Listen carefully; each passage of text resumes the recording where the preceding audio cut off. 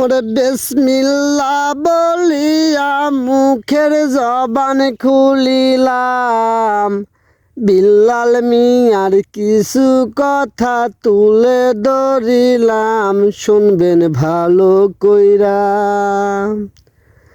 শুনবেন ভালো কইরা বিল্লাল মিয়ার কথা। বাড়িটা তার মধুপুর, জানেন গো সবাই, ছিল পেশায় ডাক্তার। সে যে পেশা ডাক্তারি ভাই সকলেই জানে, 10 গ্রামের 10 জন তাহারে মানে। ডাক্তার বিল্লাল মিয়া, ডাক্তার বিল্লাল মিয়া কি করিল দেখেন ভাই সবাই। 10 গ্রামে চিনতেন যারা বিল্লাল নামে ভাই, এবার চিনে রাখুন, এবার দেখা রাখেন, চিনে রাখেন অনেক নামে ভাই।